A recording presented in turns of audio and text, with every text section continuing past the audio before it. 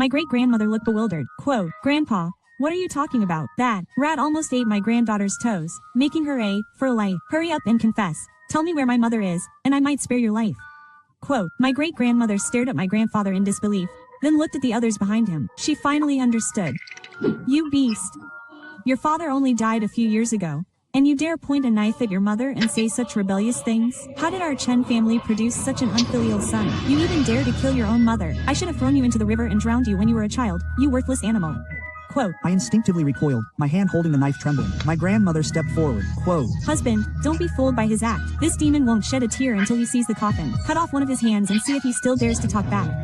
Quote, my great-grandmother sobbed on the bed, muttering my deceased great-grandfather's name. My hand holding the knife trembled even more. Chen, you bastard. Look at what kind of creature is wearing your mother's skin.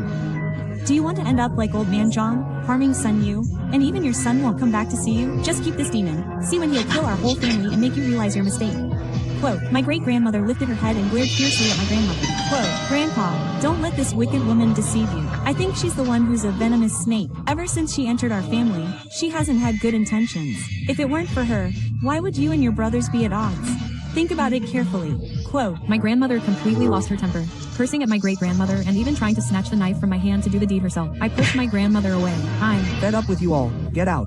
Quote, I chased them out of the west room. My grandmother continued to curse at me, so I found a chain, went back into the room, and chained my great-grandmother's feet together. Only then did my grandmother shut up. I locked the west room door, and we could hear my great-grandmother's mournful cries from inside. We caught the rat, Jin, and my uncle and I took Da Huang out to look for my great-grandmother. We hoped that Jin had hidden her somewhere and that she was still alive. We soon made a discovery. Da Huang found a set of gray-blue clothes in a melon field not far from home. I held the clothes and looked at them several times, my lips trembling, and I cried silently for a while. These clothes belonged to my great-grandmother, and my mother had been killed by Jin. My uncle was astonished, but I felt strangely puzzled. When I saw these clothes, I somehow already knew they were gray-blue. Why? Back home, my eyes were red, and I took the chopping knife and fiercely entered the west room. There were several muffled sounds from inside. Then I suddenly remembered something. Not long ago, my great-grandmother had been complaining for several days that she had lost a set of clothes, a gray-blue one. Why did I suddenly remember this? Like the Z family and the Lao Mu family, my uncle and I used straw to carry Jin's body to the wasteland and burned it. My great-grandmother was harmed by Jin, and we killed Jin.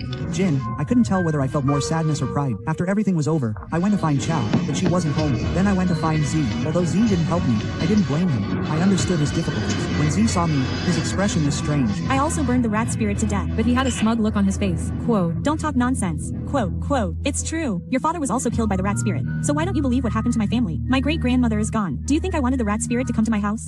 Quote, at this point, a strong wave of sadness surged through me, and I realized I was crying. My great-grandmother would never sit by the door of the west room and wave to me again. Little water buffalo, come here. Grandma will give you some candy. I didn't want to talk to Z anymore, so I turned and left, but I heard Z's muffled voice behind me. Quote, impossible.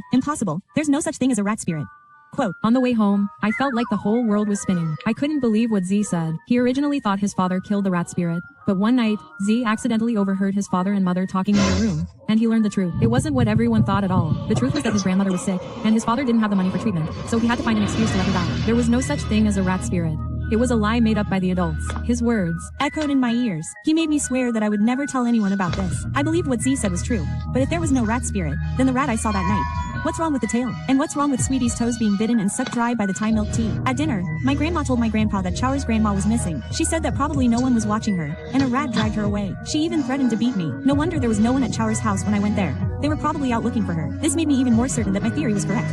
There was a rat demon, and the rat demon kidnapped Chaur's grandma. The next morning, I went to find Chaur. Chaur told me that her grandma had come home the day before. While Chaur and I were talking in front of her house, Chaur's grandma came out of the house. I glanced at Chaur's grandma.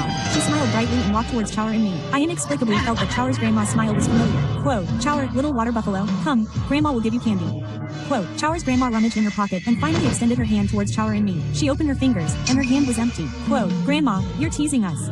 Quote, Chaur's grandma chuckled. For a moment, when she laughed, I saw her features slowly squeeze together in the middle of her face. I blinked, and Chaur's grandma's face returned to normal. This made me wonder if I had seen things wrong. I'm going home. Quote, after saying this, I ran away. On the way home, a scene suddenly flashed through my mind. I remembered why I felt Chaur's grandma's smile was familiar. That night, my great-grandma was smiling at me from outside the window. It was the exact same smile. A chill ran down my spine. Was the person Chaur and her family found really Chaur's grandma?